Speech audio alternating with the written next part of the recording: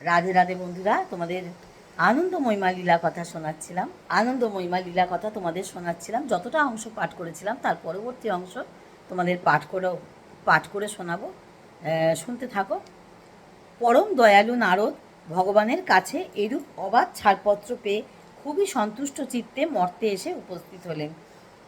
যে করেই হোক তিনি আজ মর্তবাসীকে বৈকুণ্ঠে নিয়ে যাবেনই।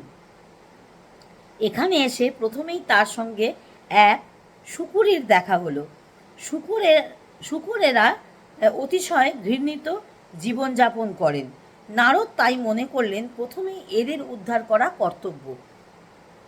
তিনি শুকুরিকে অতি আদরের সঙ্গে বৈকুণ্ঠবাসের নিমন্ত্রণ জানালেন। তখন শুকুরি তার স্বামীকে এই সমাচার জানিয়ে বলল, চলো না আমরা দিন কয়েকের জন্য বৈকুণ্ঠে ঘুরে আসি। একথা শুনে শুকর বলল, বৈকুণ্ঠে যাবে? ভালো কথা, কিন্তু সেখানে যাবার আগে আমাদের জানা দরকার সেখানে পর্যাপ্ত পরিমাণে আহার্য পাওয়া যায় কি না। হ্যাঁ, সেখানে নারদ ভাবলেন শুকর বলে কি। তিনি অবশ্য প্রকাশ্যে বললেন, বৈকুণ্ঠে কারোর কোনো চিন্তা নেই, তোমরা স্বয়ং নারায়ণের অতিথি, তোমাদের খাদ্য থাকবে না এটা কি কথা। তোমরা চলো আমার সঙ্গে, সেখানে উভয় তোমরা মহানন্দে থাকবে। সেখানে ভগবান নারায়ণ সদা শ্রীমতী লক্ষ্মী দেবীর সঙ্গে বিরাজ করেন, তাই সেখানে সব কিছুই ভীষণ সুন্দর। তখন বরাহনন্দন অতিশয় আগ্রহের সঙ্গে নারদকে জিজ্ঞাসা করল, কিন্তু আমাদের প্রিয় খাদ্য পুরীশ সেখানে যথেষ্ট পরিমাণে আছে তো? একথা শুনে নারদ বিস্মিত হয়ে বললেন, বৈকুণ্ঠে সুস্বাদু ও পবিত্র খাদ্যবস্তু সকল পাওয়া যাবে, কিন্তু দুঃখের সঙ্গে জানাচ্ছি যে তোমার প্রার্থিত এই বস্তুটি সেখানে পাওয়া যাবে না। দয়ালু নারদ, দাঁড়াও, দুটো পাতা চলে গেল কিনা একটুখানি দেখে নি, কারণ পাতাগুলো মোটা মোটা তো, দুটো করে পাতা উল্টে যাচ্ছে। বৈকুণ্ঠের সুস্বাদু ও পবিত্র খাদ্যবস্তু সকল পাওয়া যাবে উনি মানে নারদ বলছেন যে পাওয়া যাবে, কিন্তু দুঃখের সঙ্গে জানাচ্ছি যে তোমার প্রার্থিত ওই বস্তুটি সেখানে পাওয়া যাবে না।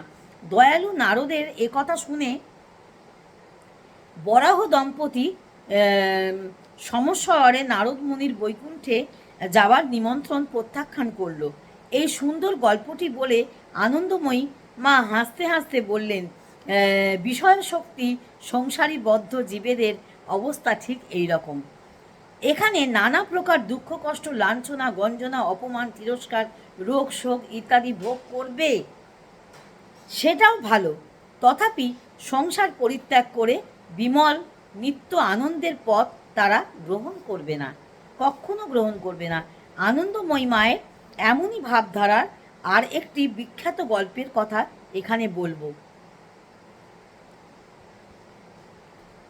ভিডিওটা একটু হয়তো বড় হয়ে যাচ্ছে, কিন্তু গল্পটা বলতে গেলে আর একটুখানি আমি পড়ে নিই, বলবো। মা বললেন যে বন্ধন জ্বালা অসহ্য হলেই তবে মুক্তির পথ পাওয়া যায়।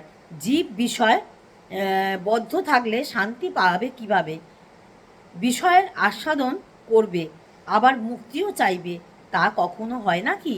মা এই প্রসঙ্গে যে গল্পটি বলেছিলেন তা হলো এই। তবে গল্পটি এই ভিডিওয়ে বলবো না, গল্পটি আমি পরবর্তী ভিডিওয়ে বলবো। হ্যাঁ, ততক্ষণ তোমরা সঙ্গে থাকো, সাথে থাকো। রাধে রাধে, জয় গুরু, জয় নিতাই।